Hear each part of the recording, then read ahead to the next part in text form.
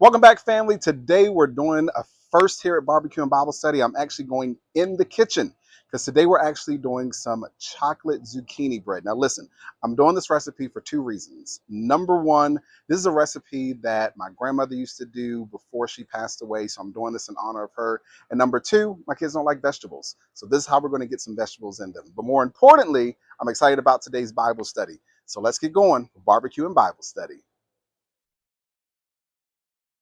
All right, first let's get our dry ingredients in here. We're going to start with a cup and a half of all-purpose flour. I'm sure you already have this inside of your cabinet. One of the things that you want to do is you want to shift through it because you don't want the flour to be so clumpy. So we're just going to shift this out a little bit.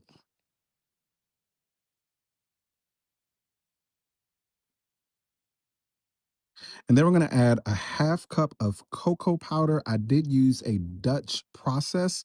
I just seem to find that the Dutch process has a little bit more of a chocolatier, if I can make that word up, taste and flavor. So we're just going to do a half cup of the cocoa powder. And we're also going to shift through that because one of the things that you'll notice with cocoa powder is that it can get very, very lumpy. And we don't want that inside of our zucchini bread. So let's shift through that. As you can see, some of those lumps starting to come out, and we've got it completely shifted through. Now we're going to add 1 cup of sugar, 3/4 teaspoons of baking powder.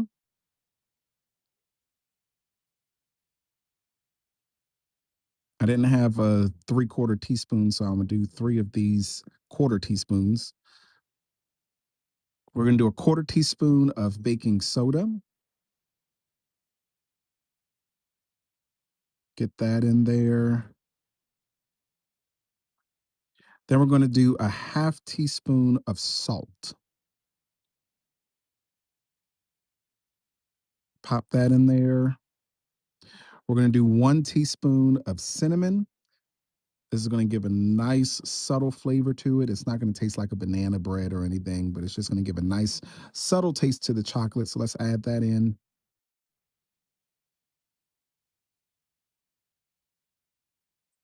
And then we're going to do 1 teaspoon of instant coffee or espresso. Now, you're not going to be able to taste the coffee. All it does is it accentuates the flavor of your chocolate. Okay. So don't worry about the coffee. So we're going to whisk this well and get this nice and mixed up so that we have a nice consistency with our dries. And then we're going to move on to our wet ingredients. With our wet ingredients, we're going to start with a half cup of vegetable oil. We're going to put that inside of a bowl. And then we're going to add a 1/4 cup of unsalted butter. And then one of the secrets to this recipe is we're going to warm it for about 30 seconds because we kind of want to get that butter and that oil to become its own kind of consistency. And it's also good when you're baking to have a warm solution so that you're not starting with like ice cold products, okay? Now that we've got that going, we're going to add 2 teaspoons of vanilla. Let's go ahead and get that in here. 1, 2. Next, we're going to add 3 room temp large eggs. Go ahead and crack these up and pop those in there.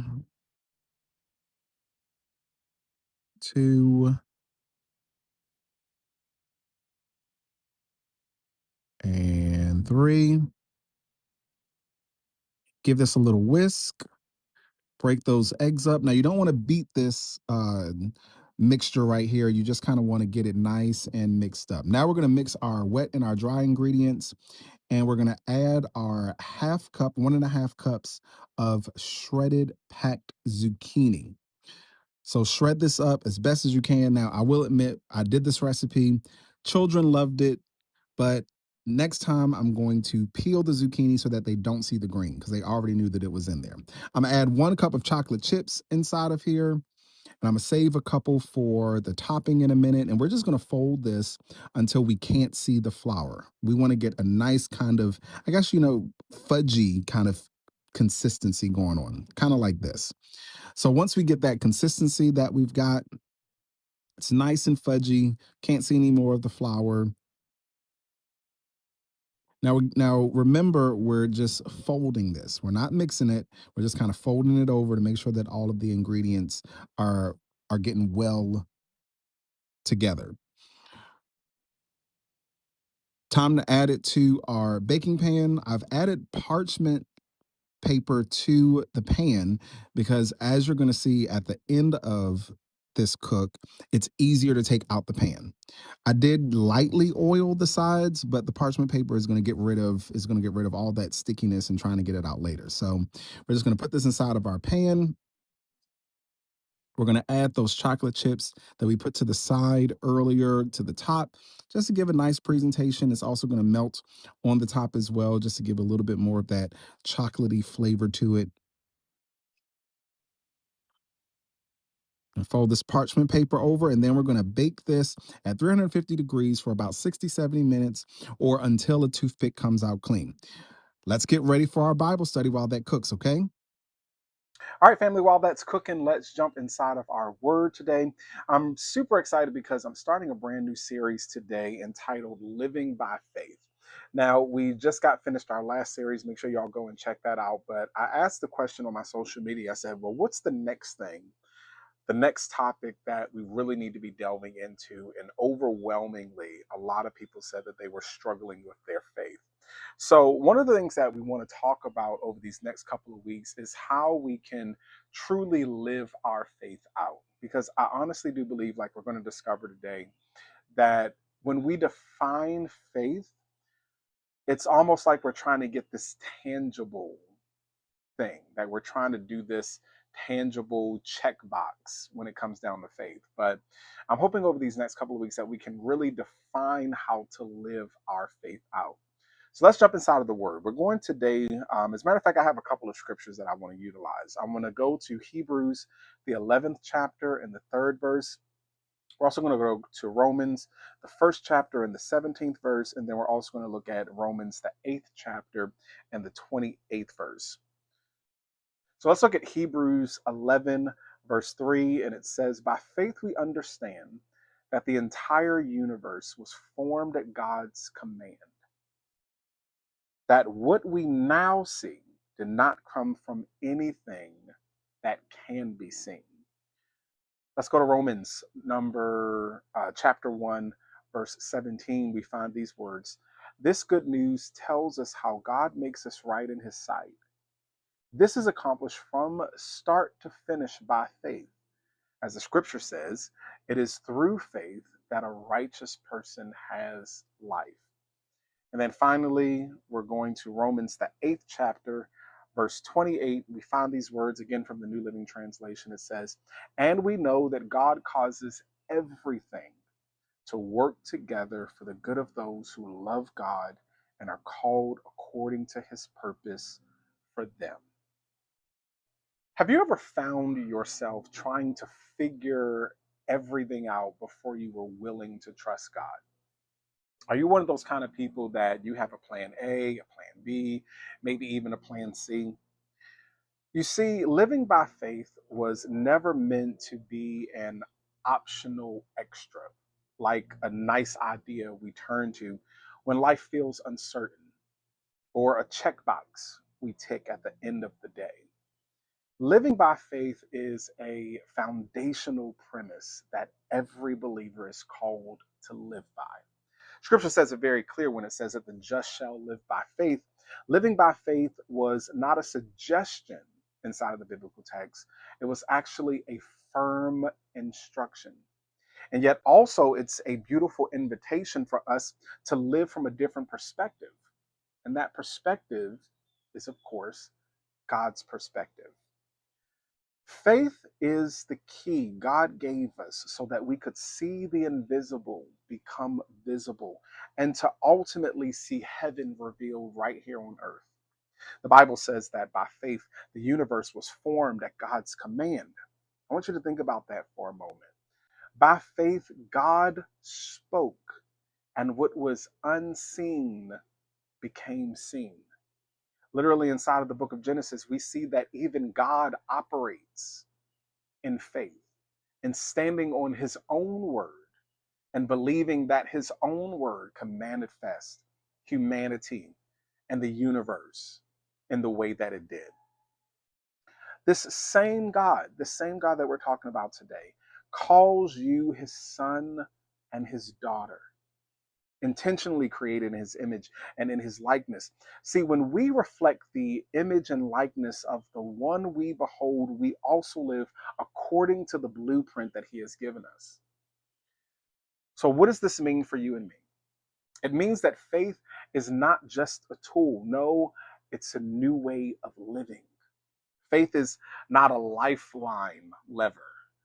It's not this thing that we pull when we're going through difficult times. No, it is a posture of the heart that is fully surrendered to God every single day, every single moment, and through every single circumstance. I said this a couple of weeks ago. Faith is not something that you just tap into when crisis happens. You've got to learn how to have faith on the good days and on the bad days. You've got to learn to have faith when your health is doing good and when you're not feeling so good. You've got to have faith when your money's looking right and when your money's not looking right. If you've given your heart to Jesus and made him Lord of your life, then you are the just that the scripture talks about.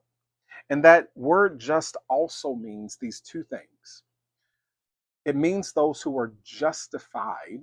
Think of it this way, just as if you have never sinned. But then that word just also means those made righteous. In other words, those who are in right standing with God. Not by what you've done on your own ability, but by the finished work of the cross. Listen to this. The just are those who acknowledge Jesus as their Savior and who put their trust in God regardless of their circumstances. Those who choose to believe in His Word even though they can't see the outcome. Living by faith is choosing to trust God even when you don't have all the answers. Because He is, like I've sang many times at my church, He's a good, good Father. See, here's the thing. When you love God and are called according to God's purpose, God is faithful to work all things together for your good. Living by faith sets you apart not because of who you are, but because you trust in the one who knows the end from the beginning. And you can trust God with everything in between. As we get ready to get back to this cook, I want to leave you with this reflecting question. And if you want to put inside the comments how you're kind of navigating and managing this, I want to ask you, where in your life are you holding tightly to control instead of trusting God? Because as humans, we want to be in control of so many things. We want to have our hands in our opinion and our feelings and so many different things. But there are some things that God is calling you today to just let go of and to trust Him completely. Let's pray. Gracious God, we thank you for this day. We thank you just for this opportunity that you have allowed us to be here. We thank you that at the end of the day, faith is not something that we tap into here and there. It's not something that we just utilize when crisis comes. No, God, put it inside of our spirits to live by faith. God, your word declares that the just shall live by faith, not just activate faith whenever it's convenient for us. No, we want to be faithful disciples. We want to walk inside of this level of faith and trusting in you every single day. When things are looking good, when things are looking bad, when things are high, when things are low, God, help us to know, God, that we have to live by faith and not just use faith when it's convenient for us. God, I ask that whoever is listening, whoever is watching this right now, that you would meet them exactly where they are, and that you would strengthen their faith inside of this moment and inside of this season with whatever it is that they are going through. Help us to be like Paul, who said that in whatever state he found himself in, that he learns to be content. Help us, oh God, now to learn to live by faith. It's in your name that we pray. Amen. Let's get right back to this cook, okay? All right, we've been going at about 60, 70 minutes. I just poked my toothpick in and it came out clean. And look at that. Nice, moist, chocolatey. It's going to be a hit for your family, also a hit for your kids. You'll be able to sneak some veggies inside of their system, along with a little bit of chocolate. And like I said, look, we're going to do and take this out of the pan with the spatula on the ends, and then we're just going to lift it straight out and we're going to let it cool for a minute. This is one of the reasons why I did the parchment paper, because as you can see, no mess on the sides. You're not worrying about stuff getting stuck to the bottom. So we're going to let this cool for a bit. This is a guaranteed showstopper recipe. If you're looking for something sweet, but also something healthy, zucchini bread's the way to go. Again, I did this episode in memory of my grandmother, Rosie Mom, and then also to get my kids to eat some veggies. Listen, like, share, subscribe. Thanks for joining me. I'll see you in the next episode.